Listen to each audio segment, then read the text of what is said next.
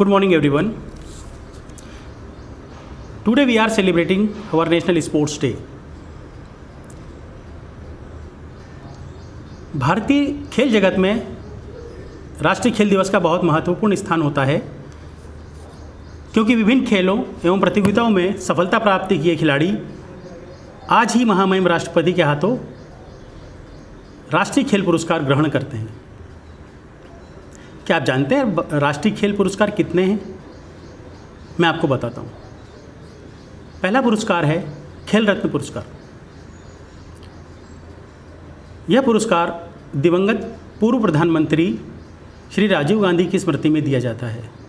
इसकी स्थापना 1991-92 में की गई थी। इस पुरस्कार में 7.5 लाख रुपए नगद एवं खेल रत्न मेडल दिया जाता है।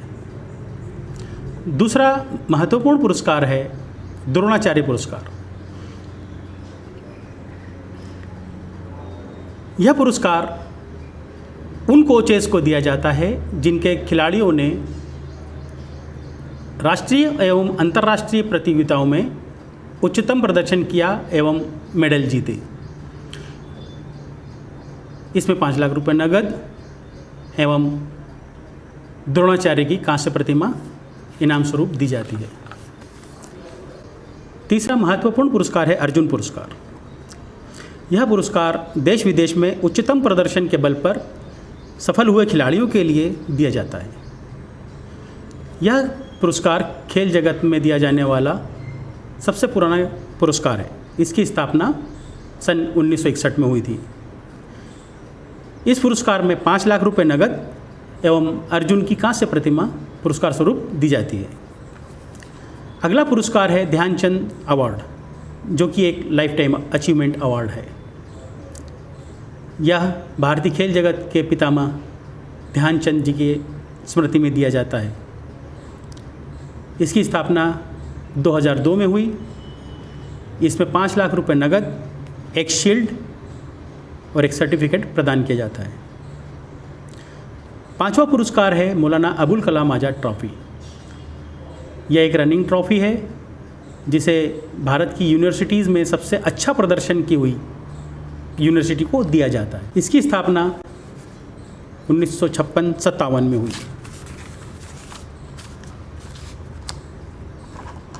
अब हम आते हैं आज की तारीख अर्थात 29 अगस्त पर। आप जानते हैं 29 अगस्त को ही हम अपना राष्ट्रीय खेल दिवस क्यों मनाते हैं? जी हाँ, आज ही के दिन भारतीय खेल जगत के पितामह माने जाने वाले ध्यानचंद जी की जन्मदिन है। यानी कि ध्यानचंद जी के जन्म दिवस को हम अपने राष्ट्रीय खेल दिवस के रूप में मनाते हैं। आज ही के दिन ध्यानचंद जी का जन्म 29 अगस्त 1905 को तत्कालीन इलाहाबाद में हुआ, जिसे अब हम प्रयागराज के नाम से जानते हैं। जन्म के समय इनका नाम था ध्यान सिंह। चंद इसमें बाद में जुड़ा। इसके पीछे एक रोचक कहानी जो मैं आपको बताता हूँ। 17 वर्ष की आयु में ध्यानचंद जी ने सेना में अपना एक सिपाही के रूप में कार्यकाल प्रारंभ किया। हॉकी की इनमें जन्मजात प्रतिभा थी, और चूंकि सेना में खेल अवश्य होते हैं तो ज़्यादातर खिलाड़ी कुछ न कुछ खेल खेलते थे। ध्यानचंद जी का उसमें रुचि जागृत हुई। आपने हॉकी खेलना शुरू किया। इनके पिताजी भी हॉकी के एक अच्छे खिलाड़ी थे। सेना में जुड़ने के बाद ट्रेनिंग्स वगैरह में इनको टाइम कम मिलता था, तो ये रात के समय हॉकी और स्टिक लेके बाहर निकल जाते थे। जब चांदनी रात होती है तब ये बहुत प्रैक्टिस करते थे। उस जमाने फ्लड लाइट्स नहीं होते थे, तो आप इंतज़ार करते थे कि जब कब चांदनी रात आए और हम खेलें। उनके पास इतना लाइट सफिशिएंट होता था कि बस उनको बॉल दिख जाए, वो उससे प्रैक्टिस करते थे। इनके साथी खिलाड़ियों ने चांद के नाम से पुकारना शुरू किया। 1926-27 में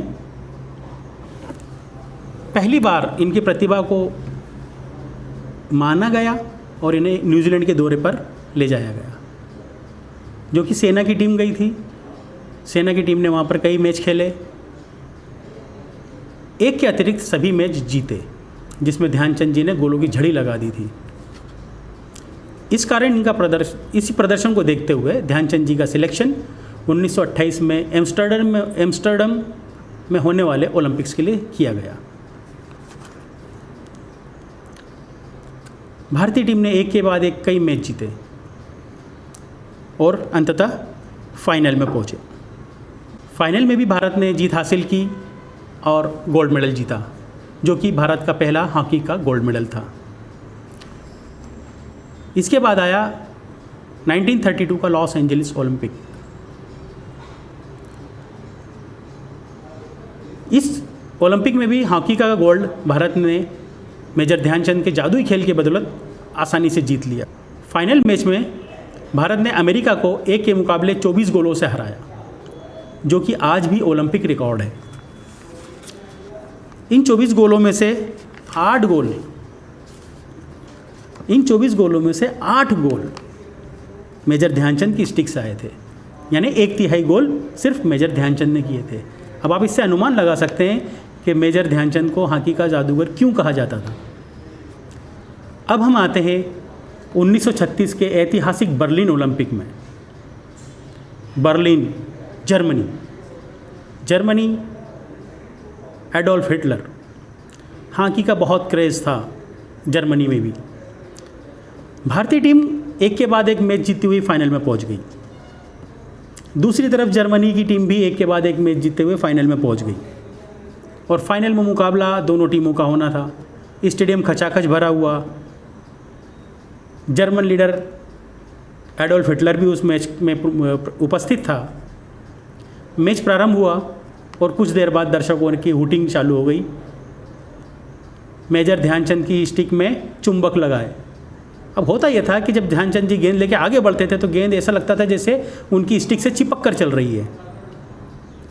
दर्शकों का आरोप था, तो आयोजकों ने खेल रुकवाया। ध्यानचंद जी की हॉकी तोड़ दी गई। कुछ नहीं मिला, क्योंकि कुछ मिलना ही नहीं था। वो तो उनकी प्रतिभा थी जो गेंद को इतने कंट्रोल में रखते थे कि ऐसा लगता था कि वो गेंद चिपक कर चल रही है। अब भैया नई स्टिक ली ध्यानचंद जी ने और दनादन 3 गोल दाग दिए। अंत में भारत ने इस मैच को भी 8-1 के विशाल अंतर से जीता। पुरस्कार वितरण के समय वो घटना हुई जिसे हम इसको ऐतिहासिक मानते हैं। जर्मनी के लीडर एडोल्फ हिटलर ने मेजर ध्यानचंद से कहा कि मैं आपको सेना में कर्नल का पद देता हूँ और जर्मनी की नागरिकता देता हूँ, आप भारत छोड़ के जर्मनी आ जाइए। ध्यानचंद जी बड़े शर्मीले स्वभाव के थे। उन्होंने बड़ी शालीनता से इस ऑफर को ठुकरा दिया और वापस स्वदेश लौट आए। भारत लौटने पर मेजर ध्यानचंद जी को सेना में सूबेदार पद पर पदोन्नत किया गया। लोग इन्हें हॉकी का जादूगर कहते थे, हॉकी विजार्ड कहते थे। इनकी गोल करने की क्षमता इतनी अधिक थी कि एक ऑस्ट्रेलियन क्रिकेटर ने तो यहाँ तक कहा था कि ये खिलाड़ी तो जैसे हम क्रिकेट में रन बनाते हैं वैसे गोल मारता है। 1926 से 1949 तक के अपने कैरियर में मेजर ध्यानचंद ने 185 मैचों में 570 गोल मारे। Into 185 matches 570 goals. भारत आज़ाद हुआ। भारत के सिविल अवार्ड्स की स्थापना हुई। 1956 में भारत सरकार ने मेजर ध्यानचंद को तीसरे सबसे बड़े सिविल पुरस्कार पद्म भूषण से नवाजा। बाद के कई वर्षों तक Dhyan Chand ji national institute of sports NIS Patiala में चीफ कोच की हैसियत से काम करते रहे। 3 दिसंबर 1979 लीवर कैंसर की वजह से नई दिल्ली के इंस्टीट्यूट ऑफ मेडिकल साइंसेज में ध्यानचंद जी का निधन हुआ। खेल जगत को एक बड़ी क्षति हुई। लेकिन आप ही की यादों को जिंदा रखने के लिए हम 29 अगस्त को भारत का राष्ट्रीय खेल दिवस मनाते हैं। धन्यवाद। जय हिंद।